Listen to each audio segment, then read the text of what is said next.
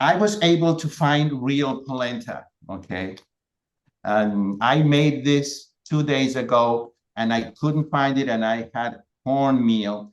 And it's similar, but it's not the same. This has a stronger taste. It's not so processed. It holds together. So the way you do this is 3 cups of dry polenta in 1 cup of polenta takes 3 cups of water. Okay, so 1 of polenta, 3 of water. So what you want to do is you want to put, if I did 3 cups, so that was 9 cups of water. I put 9 cups of water in this pot. And now a little trick, okay, that some people don't know or don't do. You want to put in the water onion or garlic powder, like a teaspoon. You want to put a tablespoon of Italian seasoning or just oregano. And then I love smoked paprika. I use it so much. So I put about a teaspoon or a teaspoon and a half of smoked paprika. You could put other things. You could put, like Miss Dash, about a teaspoon of each. So that's going to even bring out the flavor of the polenta more. So you want to have your water in the pot and you want to boil it. Once it's boiling, so that you can see me here. Once it's boiling, then it's very important to put the polenta very gradually, like just sprinkling. It's possible to do it all with one person, but if you have a helper who can sprinkle it, and with a whisk, you're whisking it constantly. When you start adding the polenta, you want to turn the heat to low, and then you stir it for about 5 to 6 minutes, okay? It cannot be, it can't be watery.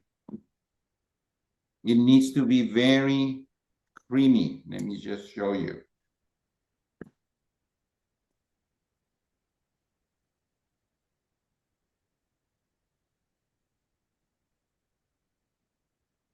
It almost looks like grits. Yeah, exactly. I mean, some people call this, I think it is grits actually, but I think this is closer to grits than to the cornmeal that I got the other day. So you see, that's the consistency you want. Not too hard and not too watery. So you want to start, I'm using a glass pan. You could use any kind of pan. This is the only one there is in the house, and it's kind of small, but you'll have to do. So the tomato sauce is the secret. Okay, this is the main secret for the polenta to taste amazing. The tomato sauce is in the book. I'm just kind of I don't know if I remember all the steps and the ingredients, but basically it is it is onions, garlic, red or yellow peppers, and tomatoes. And these are no salt added tomatoes, fire roasted if you can get. I do add oregano to this, like a tablespoon. Well, you see the recipe. Okay. And so I'm going to put a thin layer, just so that the polenta is not going to get stuck there. Although, I mean, it could be, I haven't tried it, but I'm going to try it. One time I'm going to make it without this step here to see if it gets really crusty at the bottom, and that might actually be good. Okay, so that's a very thin layer of polenta, of tomato sauce. Now comes, let me see if I can get, it's just frustrating when you're not in your own kitchen, but it'll work. So I'm going to go like this and make and of course, this is salt-free, everything. And sometimes I add like a third or a fourth probably of a cup of nutritional yeast to the polenta, but I didn't do that now. So it's just polenta, which like AJ said, is very close to grits. Okay, so now you want to carefully spread it. I just don't want to, you have to be careful that it doesn't get combined with the tomato sauce because you really want it to have layers and not get all mixed up. Okay, so that's going to be my layer of potatoes. Now, the next layer is what's in my book also, and it's called Gustavo's versatile menjunje, which is a funny word in Spanish. Menjunje is, what do you call it? When you know, in movies, when the witches are making their brew, BREW. Right, like a brew. You know, it's kind of like menjunje is, you know, putting things together. And it's hard to explain because it's almost not a real word. But anyway, my green menjunje is onions, garlic, and mushrooms. And then when I've sauteed that, I add either spinach or Swiss chard. I usually don't use kale for this. I use Swiss chard or spinach. Okay. And that's what I have there. Sometimes I don't have the greens, so it is all a layer of sauteed onions, garlic, and mushrooms. If you don't like mushrooms, because I always get people who say, I don't like mushrooms. Well, then you can substitute with eggplant, you know, cut up. So here comes the layer of my green menjunje, which you can see the chunks there of mushrooms, onions, a lot of onion, garlic, and mushrooms. And then I used Swiss chard this time. I just like to use greens as much as possible because we want the nitric oxide that greens produce, like Dr. Esselstyn explains in his videos. We want our arteries to be healthy, and the nitric oxide is this miracle component that heals the endothelium. So I'm going to go generous with this. So I have done it without greens. The other night, actually, it didn't have greens. It was onions, garlic, and mushrooms, and it has a few other things like more onion powder, garlic powder, and a little bit of Italian seasoning. Okay, so that's the layer. I can't put too much because this is a small dish. So I'm going to add just a little bit of tomato sauce here. And you can get creative with this. Sometimes I don't add any here because the last layer is going to be a generous amount of that wonderful tomato sauce. So here comes the last layer of the polenta. And sometimes it's so good. It reminds me of the tadig that Shayda has in that bonus PDF that you'll get, which is the Persian crunchy rice that we all were able to try last night at the party that Tammy hosted at her home. And so this can get crunchy like the tadig. It's just that it's not rice, it's polenta.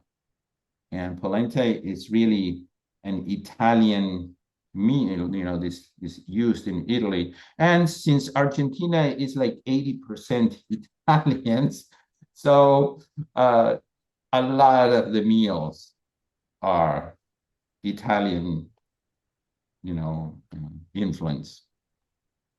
Okay, very good. So if I had a deeper dish here, I would probably do another layer, but I can't because this is going to boil over and make a mess in the oven. So this is where I'm going to stop. But since I have some more sauce and some of the other green mixture, and if I had a bigger dish, I would do another layer. Okay, and now I will finish it with tomato sauce. And this is where you could also add, if you like to have nutritional yeast for that little bit of cheese flavor. I won't, because if AJ tries this, I don't know if she can have nutritional yeast. You know, I did eat it. I ate it last night in that delicious Caesar salad, but gosh, it always bothers my stomach. I wish I Yeah. did. I love it so much. Yeah, I have, when I eat it, I have to put very, very little. And You know, and there's a reason, and there's a doctor that's coming on the show Tuesday who wrote a book about this. It has to do with something called glutamate, and Dr. Catherine Reed is going to address this on Tuesday. oh, Yeah. yeah, well, there has to be a reason. It didn't used to bother me, but in last few months, I noticed that, okay, so let's see if I can give you a good view. I don't know if it will show.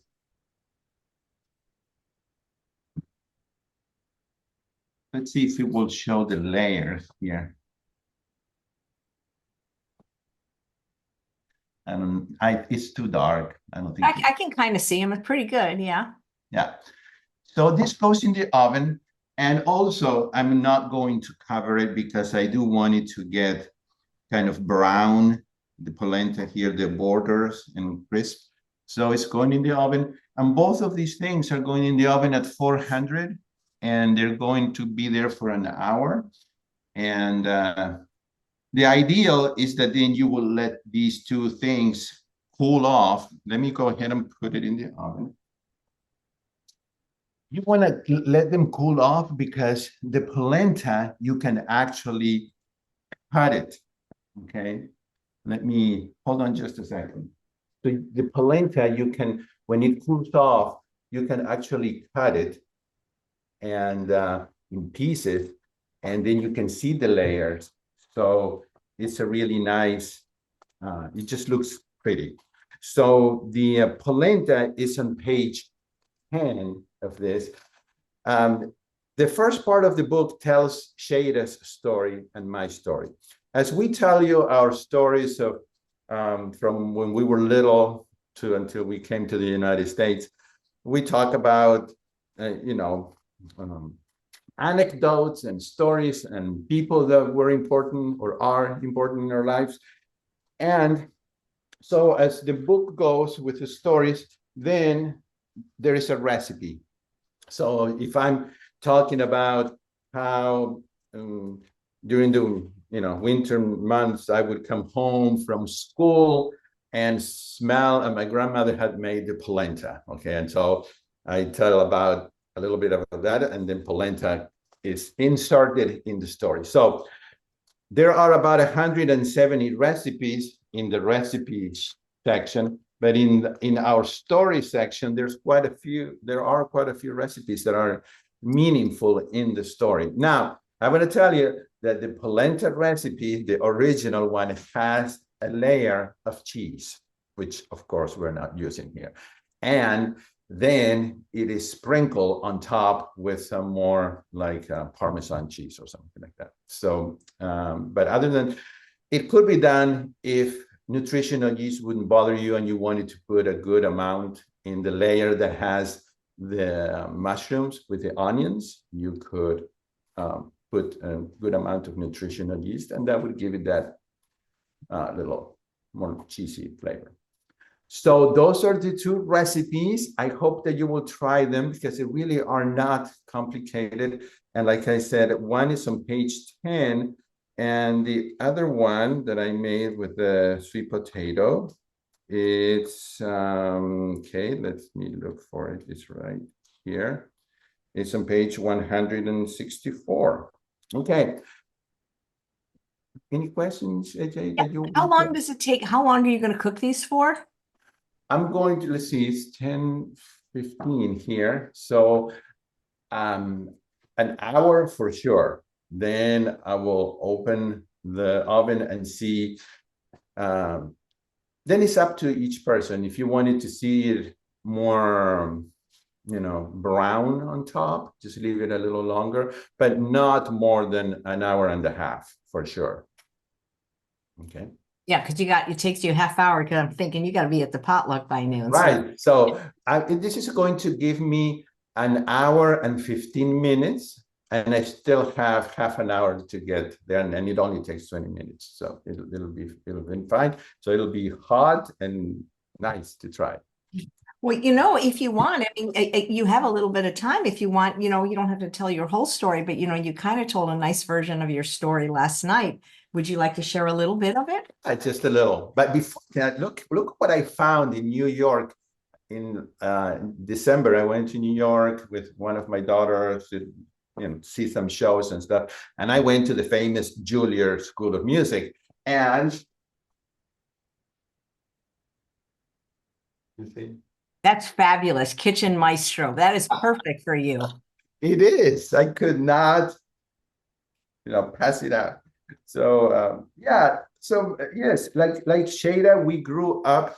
We come from another culture. We did move to the States when we were young, and have lived in the U.S. for most of our lives. But we do have we come from other cultures. Shayda from Persian, Iran. I'm from Argentina. So when we changed to a whole food, plant-based, SOS-free way of eating, we didn't want to give up those flavors of our, our family, those recipes. So I had throughout the years, so we all know how you can eat very processed foods in America. Now I think everywhere in the world, in Argentina too, and gain a lot of weight. So when I arrived to the United States in the year 1986, I was pretty, just thin, I guess. And I mean, not thin, but not overweight and not obese. But through the years, with all the wonderful food here and the fast food and everything, I gained 75 pounds. And so it got to the point where I felt that I was dying, literally. I couldn't go up the stairs. I couldn't run. I had panic attacks. I had acid reflux. I had to sleep, sitting up. I couldn't play the piano very well because I would get out of breath. My stomach would sometimes get in the way. So that was in the year, my highest weight was in the year 2012. And that year, or around there, that's when Forks Over Knives was released. I don't know if you remember what year it was, AJ, but I think it was 2011, if I remember correctly. Yeah. Whenever, just right there when it was released, just by chance, I saw that movie, and I was moved to tears because I had been looking for a healthier way of eating, and it was just too confusing. Everything that I read, and like most of us tried every possible diet under the sun, and nothing really works. You always lose a few pounds and then you gain those back and some more. So very frustrating. But when I saw that movie, I knew that I had found the answer. Now the question was how to make that a reality. So I started researching and I found Dr. McDougall eventually, but it took me about 2 years to find him and then to be able to save money to attend his live-in program that he had at the time in Santa Rosa. Now it's all online. So I attended it in August of 2013, and I knew that I had found the answer, and I left knowing exactly what to do and how to do it and when to do it. Went back to Dallas. I told my mother and my partner that I found the answer and that we were going to eat what I was going to make. And for a whole year, I made all the recipes that Mary McDougall gave us. It was like, this tall when we left the program with hundreds of recipes, and I made them all. And we all just lost weight and improved our health. And that's how it's been since 2013. So I cannot be, I just have to be so grateful to Dr. McDougall. And then after that, I started meeting wonderful people like Chef AJ, like Shayda, and Lily, and Dr. Hans Deal. And well, I mean, the list goes on and on and on. How did you end up doing the webinars for Dr. McDougall? And you did like over 100 of those, didn't you? Wasn't it like every week for a couple of years? While you were in Argentina even?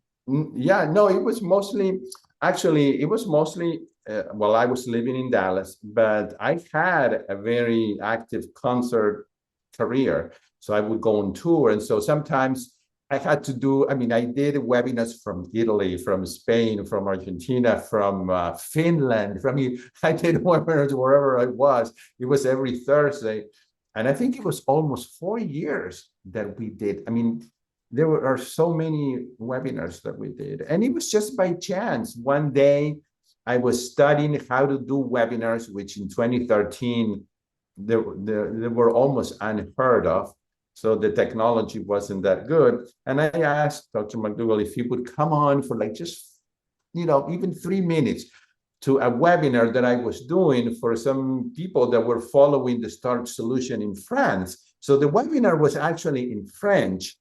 And Dr. McDougall said, sure, I'll do it. And I said, just 2 to 3 minutes is okay, because I didn't want to take his valuable time. But he ended up staying the whole thing for an hour. And he said, hey, there's something here that I like. And that is that I'm tired of traveling. And I would love to reach people all over the world from my house. And so he liked the idea. And so the next webinar I did was actually for some Spanish speakers. So I invited him again. So it's funny that the first 2 webinars that we ever did were in other languages. They were in French and in Spanish. After that, he said, well, now let's try some in English. And I'm going to email a small portion of my email list because we're going to test this. And so we did a few like that. And then he was comfortable and happy with how it was going. And he released it to all of his, followers. And that was, it was history. I always felt like I was the most, the luckiest person on the planet, because it was by chance. I just never thought it would go for more than one time. And I've always felt very, very, very lucky person to sit with him every single week and chat with him before and after the webinar and do the webinars. And I learned so much, and we're still good friends, keep in touch, email. It's just that now we're not doing the webinars. Now AJ is doing the webinars, and they are wonderful every Sunday, right? With Dr. McDougall? I mean, or Mondays. When is that? I wish it was every Monday. It's just the first Monday of the month. Yeah. Okay. Oh yeah, what he does is with Heather every Sunday. Every Sunday at 5, right? Yeah. Okay. Okay. All right. All right. Wait, I see a few questions. Hold on. There was one on Instagram. I just saw it. This is from Green Running Heart. How do you establish a whole food plant-based diet group and set up a potluck? Ah, well, AJ, you know more about that than I do. Okay, well, you don't have one in Argentina yet? No, but I would like to do one, but I no, I don't. I don't know. I've never done it. Well, Green Heart Running, I don't know where you live, but I can vouch for at least the United States. There's a website called meetup.com. It's completely free to join. It is not free if you become an organizer, but it is not very expensive either. And so every city I've lived in, and there's been 3 in the last 5 years, I became a meetup organizer. You put in certain keywords. For instance, in this city, my group is called Healthy Living in Lincoln with Chef AJ. So if you're available at noon to come to our potluck, you want to go there and get the information because we can't post a private residence address on social media. And then people that are in Meetup, it notifies them when their interests align. So if your interest is hiking, for example, or cooking or arts and crafts, and I have over 1,200 in my meetup here. And Linda Middlesworth, who runs one called the Sacramento Vegan Meetup Group, she has over 5,000, but she's been doing it for many years. And then you can post events and you just have to start small. I remember when I had my first one in Sherman Oaks, I wanted to do an SOS free potluck because people were vegan, but nobody was really a healthy vegan. I got 77 people in my tiny apartment the first time.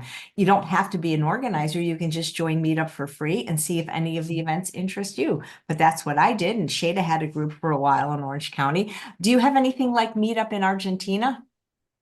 I've never even researched it, so I'm going to research it because people are very interested over there in health, in good health, and in vegan. It's just that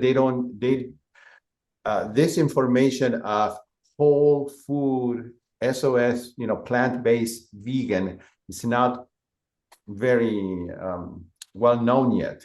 It's the regular vegan, so they use oil and sometimes more processed foods. So I'm going to research it because it would be fun to do it. So AJ, I was going to mention that since we don't have the time in the show to show people the final product, then at the potluck I will I'll take pictures and I'll make a video, and I don't know if there's anywhere that you can post if you want. I could just add it to the channel and say, hey, if you want to see him making the recipe, go here. Sure, we can do that. Yeah, so just so that they can see how it looks, and I can cut it and put it in a plate.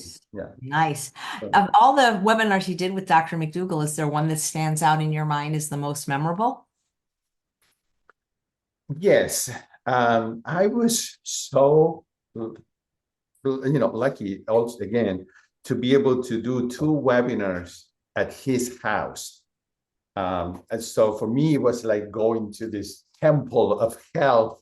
And so I rode with him in his car and drove to his beautiful home in Santa Rosa, which most of you or all of you know that it was burned down completely. And that's one reason they moved from there. But those 2 webinars that we did at his home, and he showed me his garden, and I saw the things that they had in the kitchen, and those 2 stand out. And I think, yeah, they're still there in my YouTube channel. My YouTube channel is Gustavo Tolosa, or Plantemus, which is PLANT for plant, EMUS. You can find them there. And another one that stands out is the webinar that we did in Hawaii. I went with the McDougalls and a group to the McDougall's Adventures. I think it was the last one. And so we did one there sitting at this beautiful restaurant with a window to the sea and stuff. And those stand out as some of the fun webinars. But they were all, I mean, and because you interview him, it's this fountain of knowledge, and you could just hear him. You could just listen to him for hours and hours. Yeah, he's the best. Yeah, he really is.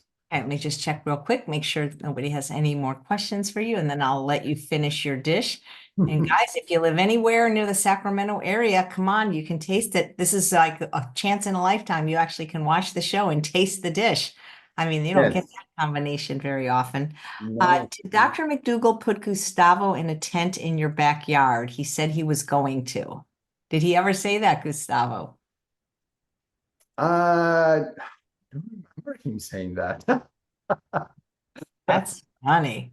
That it could have been at one point we were, yeah, doing so many events and things together, but I don't remember. Yeah, Too funny. he is. I mean, he has this really sometimes dry sense of humor, but he is funny. That is funny. And as you know, he is one of the sweetest, most caring people. It's just that sometimes he will come across as just very, upfront there and says what he thinks, and but he's a very, very nice man. And of course, Mary. Yeah, Mary's birthday is Tuesday. Yeah, that's great. And his birthday's next Yeah. month. Okay. Well, I'll see you in about 90 minutes, my friend. And I can't wait to try the polenta and the pie. Very good. And thank you for letting us show this. And thank you, because people may not know here that Chef AJ also hosted a beautiful party at her home on Friday night. And thank you. That was Yeah, that was wonderful. And then Tammy hosted last night where you did a concert, and that's on my Facebook page. This book is wonderful and the recipes are amazing, and you can get it right at the link below. So thank you, Gustavo, and thanks all of you for watching another episode of Chef AJ Live. Please come back for more recipes from Live Your Healthiest Life tomorrow, and this time they'll be done by Shayda. Take care, everyone. Bye-bye.